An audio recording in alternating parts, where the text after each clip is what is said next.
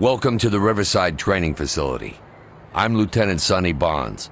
I'll be observing your practice run from the catwalks and giving you a few pointers about our procedures. I'm sure you've heard all of this before, but it never hurts to practice one more time. As you know, training is what gives SWAT the edge in the field. Take advantage of this facility to test out your weapons and meet your new team. When you're ready to start, just go through the door to the right of the chalkboard. This is the firing range. Firearm proficiency is a top priority for any SWAT officer. But never forget that SWAT is a life-saving organization. You are only authorized to fire in defense of life. Step up to the station on the far left and take a few shots at the targets. You should practice aiming for the center of mass. Hitting a suspect in the chest has the best chance of stopping him cold. A good thing to practice is the so-called failure drill. That's when you take 2 shots at the body and then 1 at the head. When you are finished with that, step up to the center station.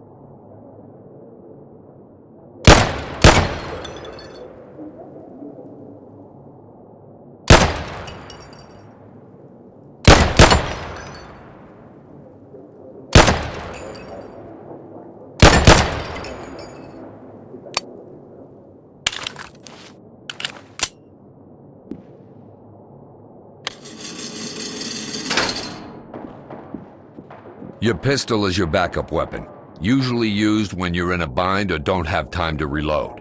At this range, pistols and shotguns become less accurate, and it's often best to use a submachine gun or an assault rifle. Equip your primary weapon and take some shots at this mid-range target. Submachine guns and rifles have multiple firing modes, ranging from single shot to full automatic.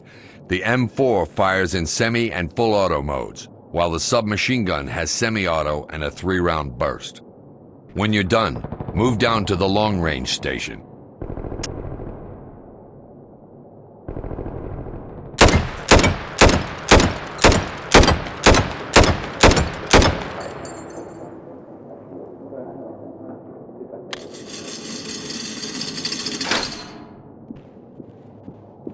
At long range, accuracy becomes imperative. Your ability to control your weapon with skill and discipline will save your life, and the lives of the people around you. If you set the M4 on full auto, you will quickly lose control of it due to recoil. Give it a try now. Set your M4 to full auto, and try to fire several short, controlled bursts. When you're finished on the range, move through the door on the right.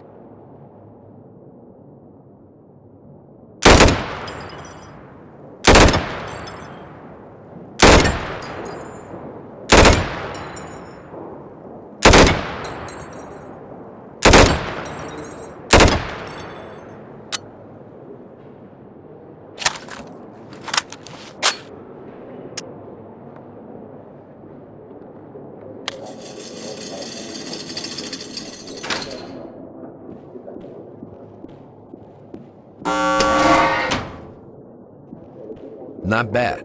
Remember, you're most accurate when you have a strong and stable firing position. When you try to move and shoot, your accuracy is going to suffer. The faster you move, the worse your aim will be. Your accuracy will be highest when you're standing still and crouching.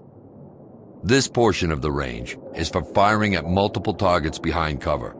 Try moving and firing at them to get a sense of just how movements affect your accuracy. When you must move and fire, keep in mind that moving smoothly at a constant speed will give you better control over your weapon. Remember, smooth is fast, smooth is accurate. When you're done, go through the door to the right.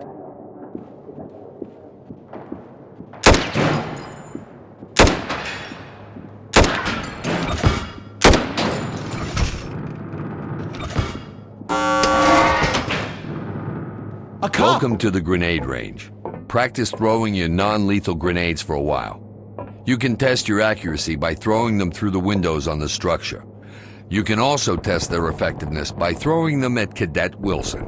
Wilson has volunteered to experience precisely how non-lethals affect suspects in the field.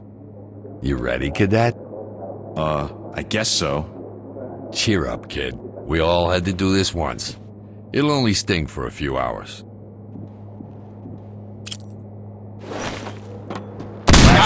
are designed to disorient people with a very loud bang and an extremely bright flash. If you don't look away from the detonation, you can get blinded too.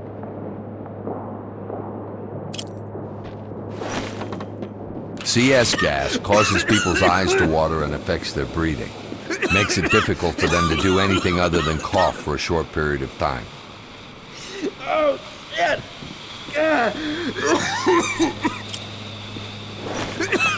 Help their targets with rubber balls that stun and disorient them.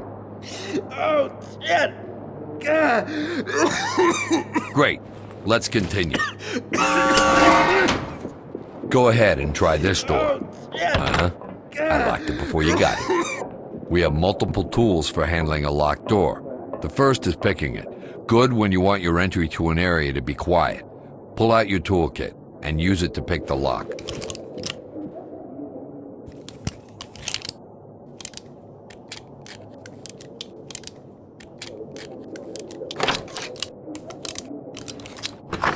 Nice work.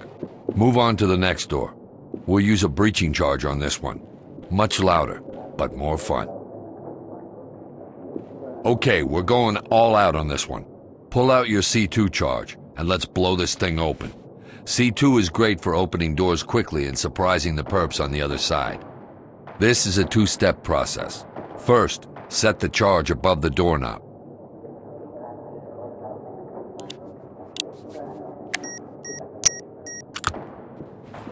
Now stand back and blow it.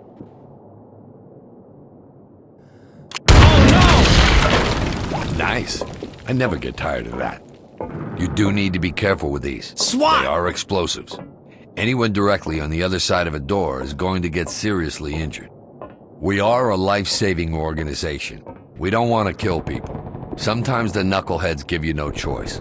But our goal is to have a peaceful resolution of the situation. The best solution is one in which you don't have to fire your weapon. So the first thing you need to do when you see anyone is to get them on the ground. Yell as loud as you can to get them to comply. Put your hands up and get down! I'm just standing Officer here. Hansen here was smart enough to give up for you. But the perps, and sometimes even the victims, don't give up that easily. You are authorized to take down anyone who's aiming a weapon at you or another person. But remember, you should fire your weapon only in defense of life. If a subject hasn't given up, but isn't threatening anyone, use your other options. You can hit them with the less lethal shotgun, zap them with the taser, pepper spray them, or use one of your grenades. That will give even the biggest knucklehead second thoughts about resisting. Now that Hansen has given up, you need to restrain him. At an incident scene, you will need to restrain everyone you find, since you can never be 100% sure who's a victim and who's a perp. What do you know about the new lead anyway, huh? He's a transfer from L.A. Supposed to be top-notch. L.A.? It's a war zone out there. I hear they get multiple call-ups every week. Swear, I thought I was That's why they're dead. the best. Guess we'll be in good hands then. Entry team to talk. You won't be Civilian in is anybody's okay, hands. ready for evac. Right down. Roger. Well, We'll come in the when it's team is clear. eager to meet you, so let's get going. Move into the next room. If you're going to lead a tactical element, you'd better start working with them. The team is in the room to the right. Order them to fall in, and let's see how you work together. Gold. Regroup and follow me. Nice to meet Falling you, in. too. I don't think I quite heard you, Fields. What did you say? Nothing, sir. Fields here has a big mouth, but you'll be glad he's around when you're knee-high in brass. Okay, let's see if you guys can clear a room. Order the team to clear the room behind me.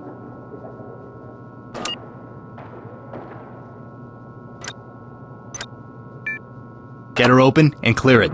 Making it happen. Move it! Go, go, go! Nice. Trailers, let's go! Good one, LT. Don't make me come It's down clear, there, Fields. clear. I shut I'm the lights clear. off on them. Follow them in. Jackson, and use it's the clear. flashlight mounted on your firearm to navigate. Beware of doorways.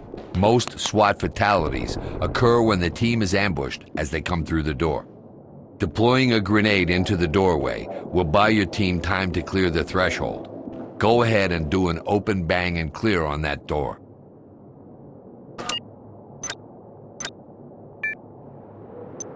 Prep a bang. Open and clear. Affirmative.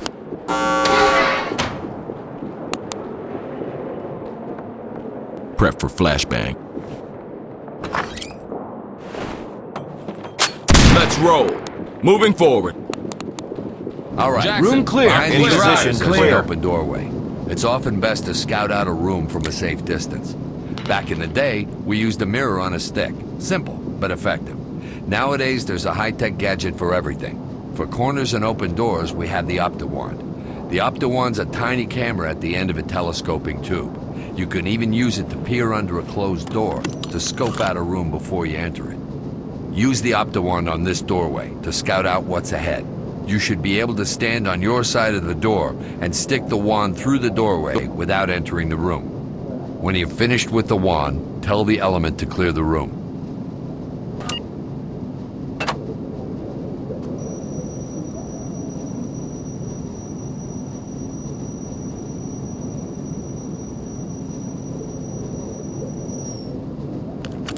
Clear it. Move. Copy. On it. Time to move. Go! Moving on. Room In position. clear. It's clear. I'm clear. When the team discovers a hallway while clearing, they will enter it and wait for you. This prevents the team from becoming overextended. Have them fall in, and then move up to the intersection. What the hell was that for? You now have two possible directions of travel. Sometimes it's best to split up your element to perform different tasks. Command the blue team to stack up on the door at the end of the hallway. That way, they can cover your back while you and the red team move to the door on the left. Blue team, stack up on that door. Sure thing. Good. Now tell the red team to fall in and move down to the other door. Red team, Door isn't regroup locked. and stand by to Okay. move. You can Coming to keep you, tabs sir. on your officers when you're separated from them by observing their movements through the helmet cameras. Check out what Blue is seeing right now. When you're ready, move into the next room, and then we'll start getting fancy.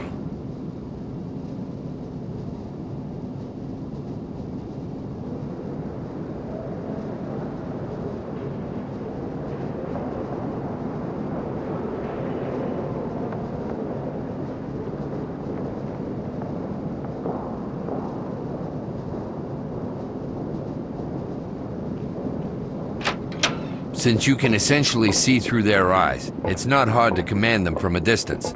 Tell the blue team to move and clear through the door they're covering.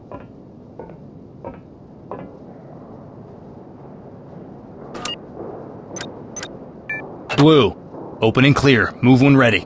Time to move. Go, go, go! Moving on. It's clear. Jackson, Great. I'm clear. Let's continue. Head out of this room and stop about halfway up the stairs in the hallway.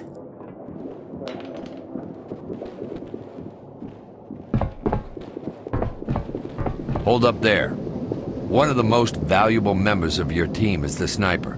During the course of a mission, they will provide valuable intel and can even take out a bad guy without the team ever getting in harm's way.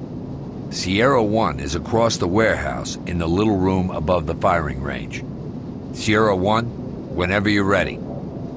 Sierra 1 to entry team. I have an unknown. The snipers will tell you when they see anything of interest.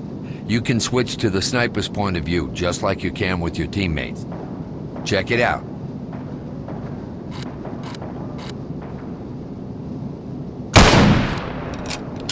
When you're finished, continue up and go into the room with the target dummy.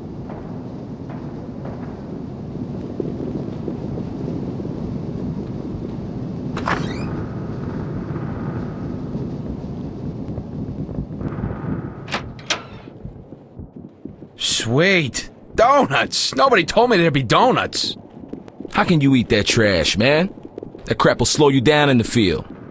At least there's more to his diet than just meat. Don't knock it till you tried it, bro.